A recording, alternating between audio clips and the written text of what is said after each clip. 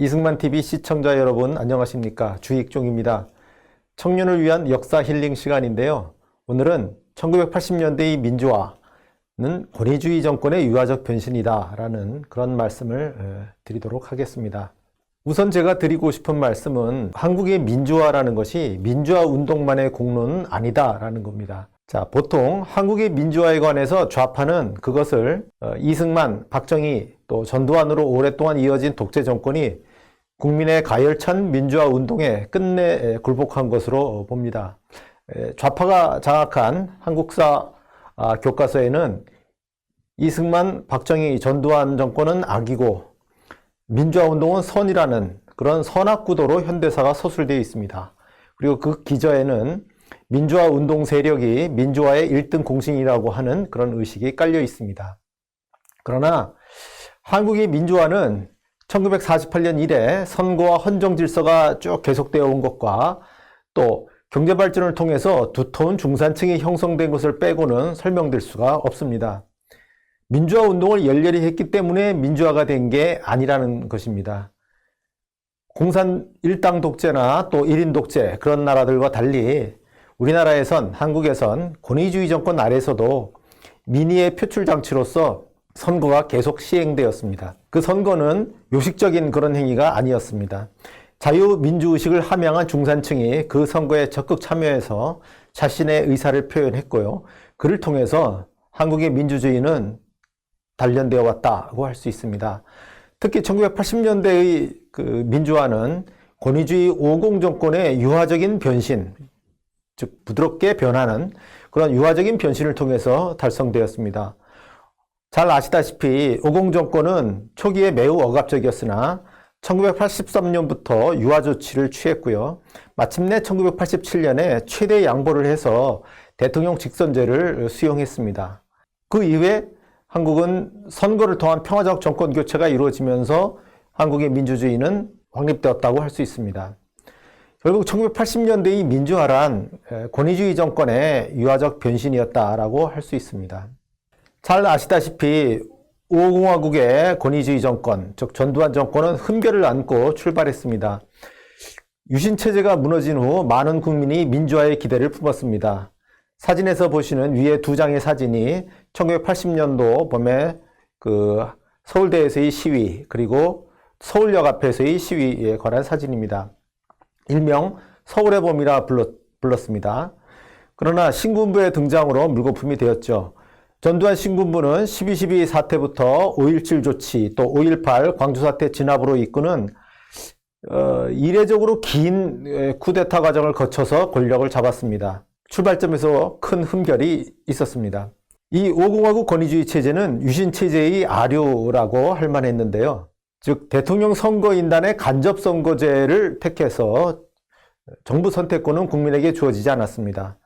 전두환은 또 한 번의 체육관 선거에서 쉽게 대통령으로 선출되었습니다. 마치 유신체제 때 그 통일주의 국민회의 대의원을 통한 대통령 선출이 장충체육관에서 이루어졌던 것과 마찬가지였습니다. 또 집권한 민정당 여당은 중선거구제, 그러니까 한 구에서 2명을 뽑는 중선거구제에 그 다음에 전국구 의석의 제1당이 전국구 의석의 3분의 1을 가져간다고 하는 그런 독특한 전국구 의원제로 쉽게 국회의 과반 의석을 차지했습니다. 유신체제 때의 유정회보다 다소 완화된 형태라고 할 수 있습니다. 게다가 민한당과 국민당이란 두 야당은 정보기관이 만든 관제의 야당이었습니다. 대의제는 아직도 껍데기에 불과했고요. 그리고 국민의 기본권이라 할 언론, 출판의 자유, 또 집회 및 시위의 자유, 또 노동 3권 이런 것도 심하게 제한되었습니다. 그러나 전두환 정권은 이승만, 박정희 정권과 달리 1인 권위주의로부터는 탈피할 그런 조짐을 보였고요. 또 7년 단임을 약속을 해서 향후 정권이 교체될 여지를 주었습니다. 그러니까 첫 출발에서부터 7년 단임을 약속을 했다는 것이죠. 이는 취약한 정통성과 관련이 있는 일종 민주정치에 대한 나름의 약속, 서약이었다라고 할 수 있겠습니다. 그런데 이 50 정권은 체제가 안정화되면서 유화 전략을 펼치게 됩니다. 자, 50 출범 후에 야당 지도자 중에서 김대중은 내란 음모죄 사형 판결형을 받은 후 형 집행이 정지돼서 석방됐고 그리고 미국으로 갔습니다. 또 김영삼은 가택에 연금되었습니다. 그 휘하에 여러 야당 정치인들의 정치활동이 금지되었습니다. 물론 학생운동은 곧 다시 기지개를 켰습니다. 81년 봄부터 학내에서는 다시 시위가 벌어졌습니다. 또 학생운동은 전두환 정권 성립을 미국이 도왔다 이렇게 주장을 하면서 반미 성향을 띠기 시작했는데요. 그 대표적인 사건이 82년도 3월 달에 부산의 고신대 학생들이 부산 미문화원에 불을 지른 그런 사건이었습니다. 또 학생운동의 핵심은 사회주의 혁명을 추구하기 시작했습니다. 그러나 이는 체제에 대한 심각한 도전이 못 되었는데요. 당시 노조는 전두환 출범 과정에서 심각한 타격을 입어서 노조 수가 절반 이하로 줄어들었고요. 학생운동 역시 무림사건이라든가 항림사건 이런 사건들 통해서 핵심 조직이 큰 타격을 입었습니다. 야당이 있었지만 관제 야당이라고 불리운 여당의 2중대, 3중대다 이런 식으로까지 평가를 받았습니다. 전두환 정권은 조기에 안정되었습니다. 게다가 경제는 곧바로 성장 기조를 되찾았는데요. 제 바로 옆에 보이는 그래프를 보시는 것처럼 이것이 이제 연간 경제 성장률을 표시를 한 건데요. 가운데 푹 꺼진 부분이 1980년도에 마이너스 성장을 했을 때입니다. 그러나 마이너스 성장을 한 이후 81년부터 80년대 말까지는 70년대와 마찬가지로 거의 10% 전후의 그런 고도 성장을 했습니다. 그러니까 경제는 대단히 곧바로 좋아졌다 이렇게 말씀드릴 수 있는데 여기에는 새 정부의 강력한 경제 안정화 조치, 그 다음에 세계 경제 회복 이런 요인들이 작용을 했습니다. 83년 5월에 가택연금 상태였던 김영삼은 언론 통제 해제 등 민주화 5개 항 조항을 요구하면서 23일간 단식 투쟁을 벌였습니다. 전두환 정부는 김영삼의 연금을 해제하고 그에게 활동의 자유를 부여했습니다. 이미 전두환 정부는 그해 초부터 단계적인 유화 조치를 취하고 있었습니다. 83년 초부터 정치활동 피규제자의 단계적인 해금 조치, 그러니까 정치활동을 하게 해주는 그런 조치들을 취하고 있었고요. 그 다음에 대학에 대해서는 당시에 그 학생회를 대신해서 학도호국단이라고 하는 조직이 있었는데 본래 대학 총장이 임명하던 것을 학생 대표들이 학생장을 선출하도록 하는 즉 학도호국단 학생장 간선제 선출 이런 조치가 취해졌습니다.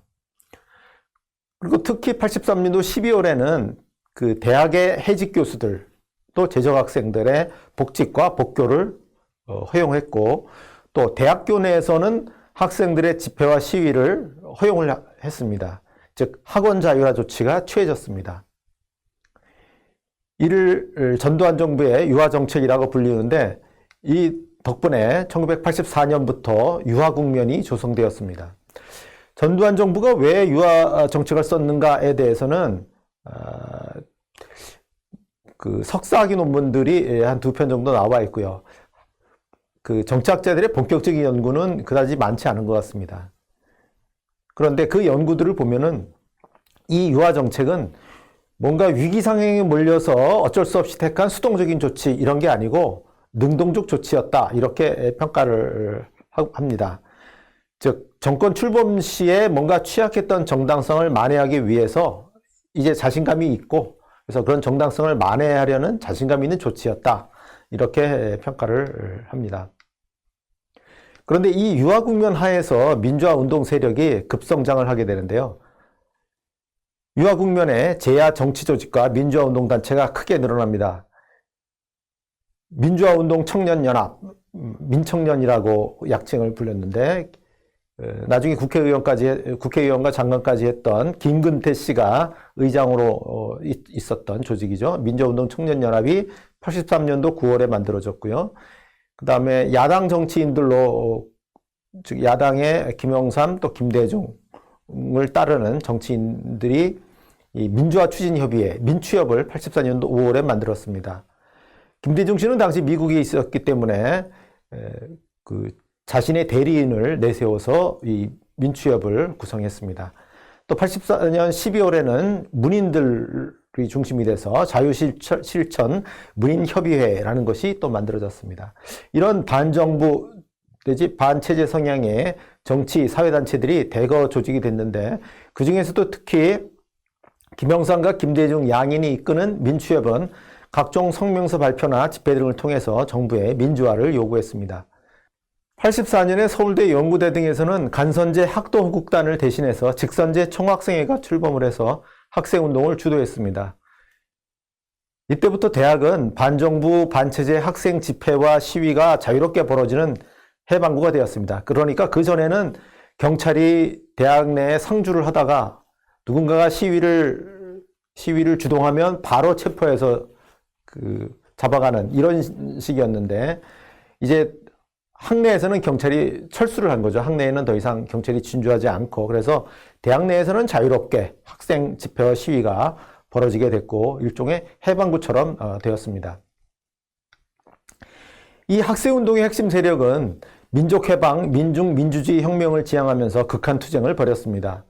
사진에서 보시는 것처럼 85년도 5월 달에 서울의 미 문화원을 점거해서 농성을 벌였다거나 또 86년도 4월에는 당시 대학생들이 대학교 아마 2학년들이 그 전방부대에 한 일주일인가 이렇게 입소를 해서 군 복무 체험을 하는 그런 프로그램이 있었는데 전방입소라 불렀죠.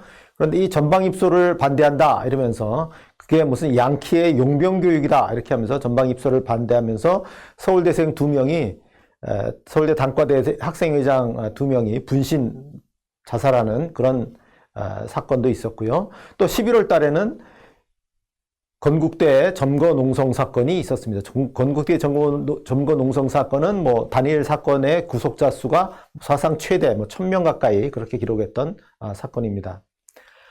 이 학생운동은 민주주의 혁명을 우선시하는 계열, 민민투라고 당시 불렸는데 흔히 영어로는 PD라고 약칭으로 불렀고요. 그 다음에 민족해방을 우선시하는 계열, 자민투라고 하는 단체였고 당시에는 NL이라고 불렸습니다. 이 두 계열로 분화가 됐는데 이 중에서 NL 계열이 이제 주체사상파, 약칭 주사파라고 했습니다. 그런데 이 NL 계열이 주도권을 줬고요. 학생운동이 주도권을 줬고 이들은 당면과제로 제도권 야당의 대통령 직선제 개헌운동에 적극 동참했습니다. 85년도 2월에 이제 총선이 있었는데 집권 세력은 김대중, 김영삼 등 핵심 야당 정치인을 제외한 거의 모든 야당 정치인에게 정치활동을 허용했습니다. 이렇게 되니까 양김의 추종자들은 총선을 한 달 앞둔 85년도 1월 달에 신한민주당을 만들었습니다. 이 당은 신군부가 해산시켰던 60년대 후반 이래의 전통 야당 신민당이 부활한 것으로 받아들여졌고요. 명칭도 약칭으로 신민당이라고 불려졌습니다. 이 신민당이 참여한 2월 총선의 유세장은 되게 뜨겁게 달아올랐습니다. 운동권 학생들은 유세 현장에 적극 참여해서 신민당 바람에 일조를 했는데 지금 사진에서 보시는 것처럼 유세장마다 인파로 입추의 여지가 없을 정도로 열기를 뿜었습니다. 신민당은 대도시에서 압승을 거두면서 일약 제1당이 되었습니다. 이 당시 동아일보 보도를 보시면 신민 대도시 압승 제1야당 이렇게 제목을 뽑았습니다. 85년 2월 총선은 권위주의 하의 선거였지만은 국민의 의사가 훌륭하게 표출된 그런 선거였습니다. 신민당은 총선이 있던 1년 후, 그러니까 86년 2월부터 국민의 정부 선택권을 회복하자라고 하면서 직선제 개헌운동을 시작했습니다. 사진에 보시는 것처럼 지금 야당 정치인들이 띠를 두르고 뭐 개헌 청원 1천만 서명 운동 이런 것을 지금 행진을 하고 있습니다. 이에 대해 집권 여당은 내각제 개헌으로 응수를 했습니다. 당시 여당에는 김영삼이나 야당의 김영삼과 김대중과 같은 그런 전국적인 대중정치인이 없었죠. 대신 조직, 자금, 또 지역 인재의 확보력 이런 게 있었기 때문에 내각제 개헌을 한다면 국회의 다수 의석을 차지해서 권력을 계속 유지할 수 있다 하는 그런 계산이었습니다. 여당과 야당 양측은 86년도 7월부터 국회 개헌 특위를 만들어서 개헌 방안을 논의를 했습니다. 하지만 대통령 직선제와 내각제 이렇게 너무나 입장이 근본적으로 달라서 타협점을 찾지는 못했습니다. 전두환 정부가 허용한 초기보다는 자유로운 그런 공간에서 야당과 학생은 반정부 또 반체제 활동을 강화했습니다. 그에 대해 권위주의 정부는 경찰을 동원해서 학생운동이나 노동운동의 핵심 인물들을 색출하고 또 검거하는 식으로 그렇게 대응을 했는데 그 과정에서 경찰이 여대생을 성고문하거나 또 대학생을 고문 끝에 사망케 하는 그런 사고가 터졌습니다.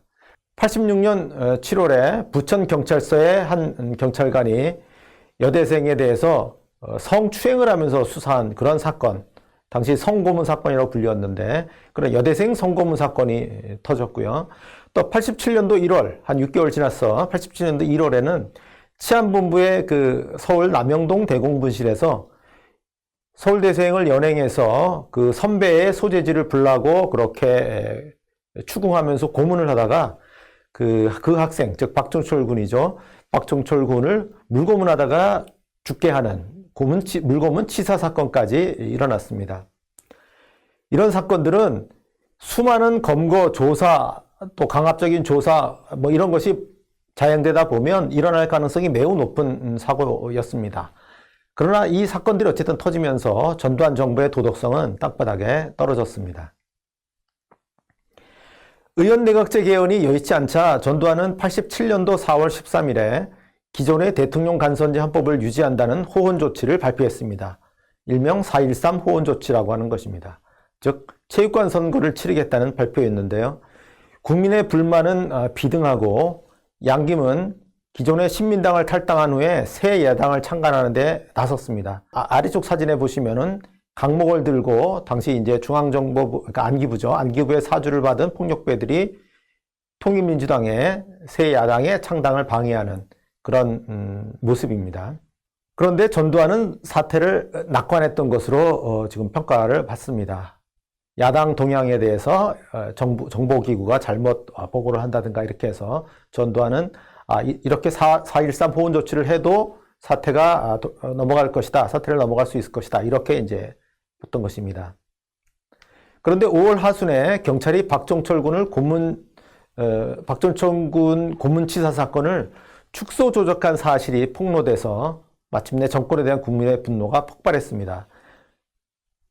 87년도 6월 달에 가톨릭 등 종교계를 필두로 해서 광범위한 국민들이 직선제 개헌운동에 참여했는데 바로 6월 항쟁이었죠. 이전까지 민주화 운동은 야당과 야당 당원과 학생들에게 이제 국한이 되어 있었는데 이때부터는 일명 넥타이 부대라 불리는 일반 직장인들까지 호헌철폐, 독재 타도를 외쳤습니다. 지금 사진에서 보시는 것처럼 시내에 여기 사진은 이제 부산인데요. 이 부산 시내를 시민들이 가득 메우고 있는 이런 모습입니다. 이 끓어오르는 국민의 민주화 요구는 경찰력으로 막을 수는 없었습니다. 그렇다고 80년처럼 군이 진압에 나서는 경우 제2의 광주사태와 같은 엄청난 비극, 일대 파국이 우려되었습니다.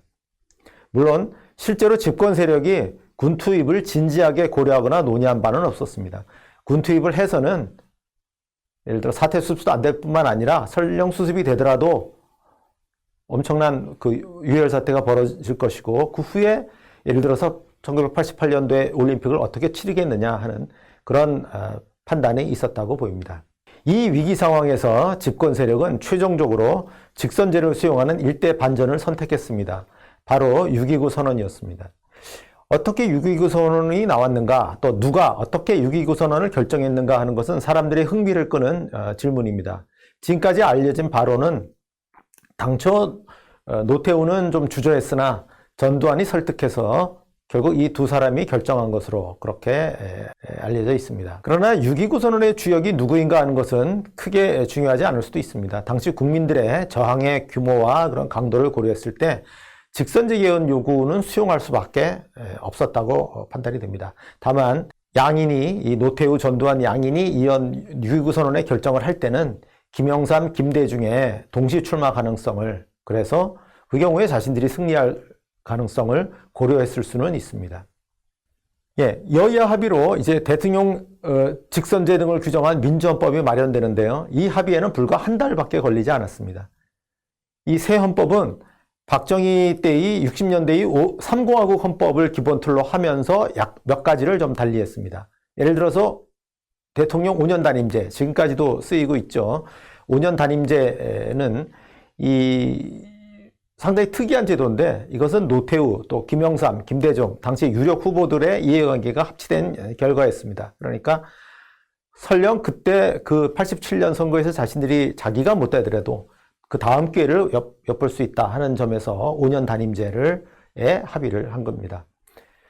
또 당시 나온 제도로 국회의 동의로 대통령이 대법원장을 임명한다는 것, 그리고 헌법재판소를 설치한다 하는 것은 전두환의 의견이 강하게 반영된 결과였습니다. 여하튼 이 헌법은 국민투표에서 압도적 지지로 통과되었고, 기존의 여러 헌법과 달리 지금까지 30년 넘게 유지되어 왔습니다. 그리고 그 후 대한민국은 타협적인 평화적 민주화의 길로 들어섰습니다. 자, 직선 개헌 후 이어진 대통령 선거에서는 김영삼, 김대중의 동시 출마로 집권 여당의 노태우가 당선됐습니다. 자, 노태우는 신군부 집권 세력의 일원이었는데 그가 대중정치인인 양김씨를 선거에서 이겼다는 것은 상당히 중요한 변신이었습니다. 그 후 절차적 민주주의라는 점에서 대한민국의 민주주의는 계속해서 전진했습니다. 5년 뒤인 92년 대통령 선거에서는 과거 야당의 민주화 투사로서 집권 여당에 합류한 김영삼이 승리했습니다. 김영삼은 40년 가까운 시간을 야당 정치인으로 보냈는데, 따라서 그의 당선은 여야 정권 교체가 절반쯤 이루어졌음을 의미했습니다. 이 김영삼은 문민정부임을 자임하고 군부가 정치에 개입하지 못하도록 했습니다. 그러나 임기 후반기에 떨어지는 인기를 올리기 위해서 소급 입법을 하면서까지 12.12와 5.18 수사로 전임자 노태우를 단죄하면서 감옥에 보냈고요. 그러면서 결국 보수 세력을 분열시켰습니다. 무엇보다도 외환위기로 국가 경제를 파탄내는 과오를 범했습니다. 자신이 집권당에 합류해서 노태우의 후계자로서 대통령이 됐으면서 그 당의 전임자였던 전두환과 노태우를 감옥에 보낸다. 이거는 정당한 행위라고는 할 수 없을 것 같습니다. 여하튼 이런 김영삼의 과오 덕분에 97년 대통령 선거에서는 김대중이 야당 후보로는 최초로 승리했습니다. 출신 지역과 지지계층 면에서도 최초의 실질적인 정권 교체였습니다. 그러나 김영삼이 국가 경제를 파탄내고 또 보수 세력을 분열시켜서 DJP 연합을 가능케 하지 않았더라면 일어날 수 없는 일이었습니다. 예, 이제 좀 맺은 말을 드리겠습니다. 저는 한국 민주주의는 보수가 키웠다라는 말씀을 드리고 싶습니다. 1948년 건국 이래 대한민국은 몇 차례 일시적인 헌정 중단을 겪으면서도 헌정 질서가 유지되어 왔습니다. 선거가 지속되었고 주권자 국민은 그를 통해서 자신의 의사를 표현했습니다. 또 경제개발과 더불어 중산층이 형성되고 그 정치적 권리의식 등 의식 수준이 크게 향상되었습니다. 특히 중화공업화가 안착한 80년대 후반에는 더욱 그랬습니다. 이 과정을 통해서 한국 민주주의 토대가 아주 튼튼해졌다고 할 수 있습니다. 80년대의 민주화는 1983년부터의 유화 국면에서 급진전했습니다. 전두환 권위주의 정권의 유화 조치로 민주화 운동이 활발해졌고 그 힘으로 김영삼과 김대중은 85년 총선에서 승리했으며 이후 직선제 개헌운동을 벌였습니다. 그것이 87년도 6월에 범국민적인 항쟁으로 표출되자 집권 세력은 다시 6.29 선언으로 그를 전면 수용했습니다. 이러한 전두환 정권의 유화적인 변신이 없었더라면 한국 정치, 한국 사회의 진로가 달라졌을 것입니다. 저는 전두환 정권이 우리나라 역대 정권 중에서 가장 저평가된 정권이라고 생각을 하는데, 이 점에서 전두환 정권은 좀 더 그에 상응하는 평가를 받을 필요가 있다고 생각을 합니다. 자, 한국의 민주주의는 야당이나 민주화 운동만의 업적은 아닙니다. 한국의 민주주의는 이승만 대통령이 만든 대의민주주의의 틀 속에서 박정희 대통령이 이룩한 경제성장을 토대로 해서 전두환, 노태우의 유연화 조치를 계기로 해서 확립되었다고 할 수 있습니다. 한국의 민주주의는 보수가 키웠다라고 말하는 까닭이 바로 여기에 있습니다. 네, 경청해 주셔서 감사합니다.